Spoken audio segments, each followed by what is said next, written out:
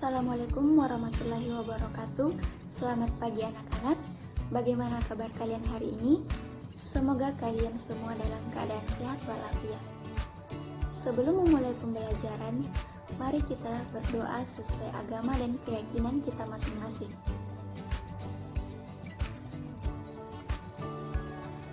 Selesai. Baik anak-anak, ibu akan mengecek kehadiran kalian satu persatu.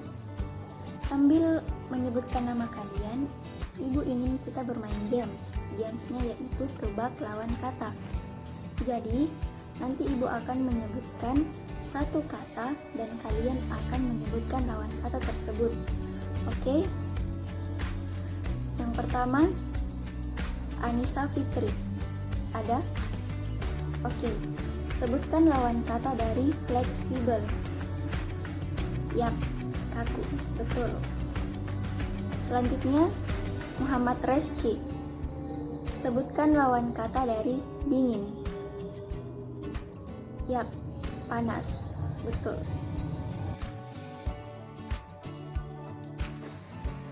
Apakah kalian sudah siap untuk belajar? Baik, pada kesempatan kali ini, pelajaran kita adalah mengenai surat. Pasti dari kalian sudah ada yang pernah mengirim surat, bukan? Entah itu untuk teman kalian, kerabat, ataupun kalian pernah mengirim surat kepada suatu instansi atau lembaga tertentu. Nah, apa sih surat itu? Surat merupakan sarana komunikasi untuk menyampaikan suatu informasi secara tertulis dengan maksud untuk memberitahukan pesan oleh si pengirim kepada si penerima. Adapun isi dari informasi tersebut dapat berupa pemberitahuan, perjanjian, pesanan, ataupun laporan. Baik anak-anak, selanjutnya kita akan membahas jenis-jenis surat. Jenis-jenis surat itu terbagi menjadi dua, yaitu surat pribadi dan surat dinas. Apakah dari kalian sudah tahu apa itu surat pribadi, apa itu surat dinas? Kalau belum, mari kita bahas satu persatu apa itu surat pribadi dan apa itu surat dinas. Baik, yang pertama kita akan membahas surat pribadi. Surat pribadi merupakan jenis surat pribadi yang ditulis oleh seorang individu untuk orang lain atau instansi lain dan menggunakan bahasa yang tidak resmi, sehingga isi dari surat pribadi lebih santai, mudah dipahami, dan komunikatif. Secara umum, surat pribadi tidak mempunyai peraturan yang terikat. Surat pribadi dapat ditulis menurut selera masing-masing individu. Selanjutnya, fungsi surat pribadi. Fungsi surat pribadi terbagi menjadi tiga, yaitu yang pertama menanyakan kabar, kedua keperluan pribadi, ketiga tujuan komunikasi pribadi yang lain. Baik anak-anak, selanjutnya kita akan membahas ciri-ciri dari surat pribadi. Ciri-ciri surat pribadi yang pertama yaitu tidak memiliki kod surat. Yang kedua, tidak memiliki nomor surat. Ketiga, salam pembuka dan salam penutupnya sangat beragam dan sifatnya lebih santai atau bisa disebut non-formal. Keempat, penggunaan bahasanya bebas atau sesuai keinginan penulis atau si pengirim surat tersebut. Dan yang terakhir, format surat bebas. Baik anak-anak, selanjutnya ibu akan membahas bagian-bagian dari surat pribadi. Silahkan simak contoh surat pribadi yang ada di samping saya. Secara umum, surat pribadi tidak memiliki struktur yang baku. Artinya, setiap orang bebas dalam menulis bentuk surat pribadi itu seperti apa. Akan tetapi, mari kita pelajari salah satu pola surat pribadi. Yang pertama yaitu tempat dan tanggal pembuatan surat, seperti yang ada di contoh yang telah saya berikan angka. Yang kedua, nama penerima surat beserta dengan alamatnya. Yang ketiga, salam pembuka. Seperti yang telah Ibu jelaskan sebelumnya, salam pembuka di sini sangat beragam. Contohnya bisa, halo temanku, salam kangen, salam manis, dan lain sebagainya.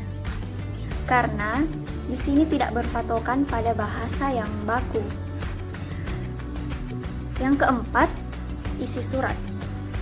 Umumnya, pada bagian isi ini menuliskan maksud atau tujuan dari dibuatnya surat pribadi tersebut.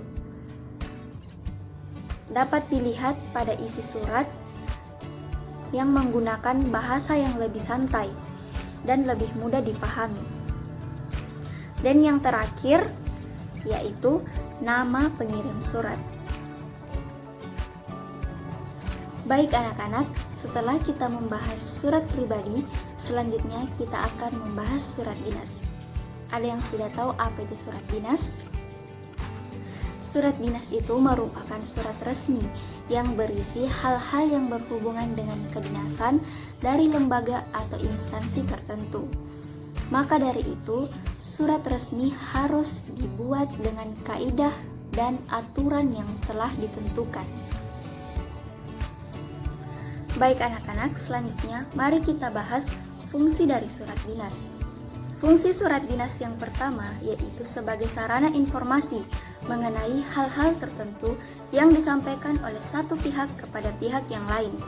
Kemudian, sebagai bukti tertulis dalam bentuk dokumen yang isinya harus bisa dipertanggungjawabkan. Kemudian, sebagai pedoman kerja dalam melakukan suatu kegiatan, di mana surat resmi berisi tentang langkah-langkah kerja atau keperluan tertentu. Kemudian, sebagai alat untuk pengingat bagi penerima surat, entah itu secara perorangan, organisasi, maupun lembaga.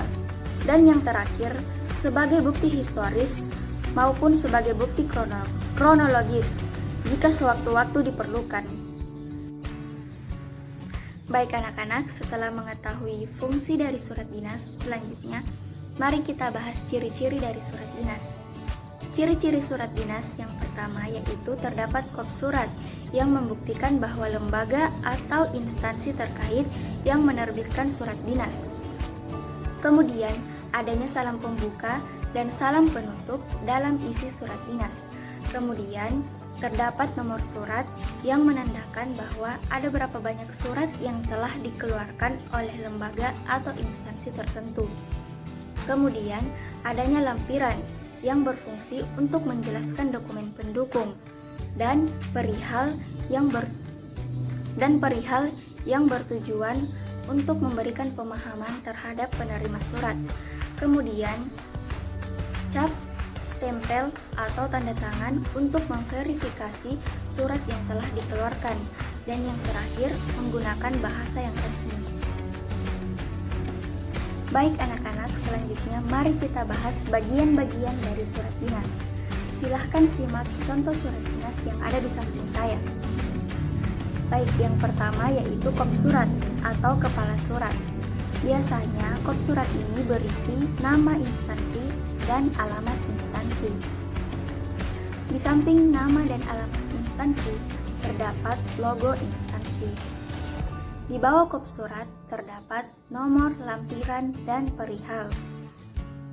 Di samping nomor lampiran dan perihal, terdapat tanggal pembuatan surat. Selanjutnya, penerima surat atau kepada siapa surat itu ditujukan. Di bawah penerima surat terdapat salam pembuka. Setelah salam pembuka, disusul oleh isi surat. Isi surat di sini menggunakan ragam bahasa baku atau bahasa yang formal. Terus, di bawah isi surat terdapat salam penutup. Dan yang paling bawah yaitu pengirim surat yang disertai dengan nama, tanda tangan, dan stempel instansi. Dan yang terakhir ada tembusan. Tembusan di sini opsional, boleh ada, boleh juga tidak ada. Baik anak-anak, sudah paham kan mengenai materi surat pribadi dan surat dinas? Oke, selanjutnya Ibu akan memberikan tugas masing-masing menuliskan satu surat pribadi dan satu surat dinas, kemudian tuliskan bagian-bagiannya. Tugas ini dikumpulkan pekan depan. Paham? Oke, selanjutnya Ibu akan memberikan kesimpulan dari materi kita hari ini. Surat pribadi dan surat dinas. Surat pribadi tidak memiliki kop surat dan nomor surat karena sifatnya tidak resmi. Sedangkan surat dinas memiliki kop surat dan nomor surat karena sifatnya lebih resmi. Kemudian, surat pribadi juga menggunakan bahasa yang lebih santai atau bahasa non-formal, sedangkan surat dinas menggunakan ragam bahasa baku atau bahasa yang formal. Paham? Oke, itulah tadi kesimpulan dari materi kita hari ini.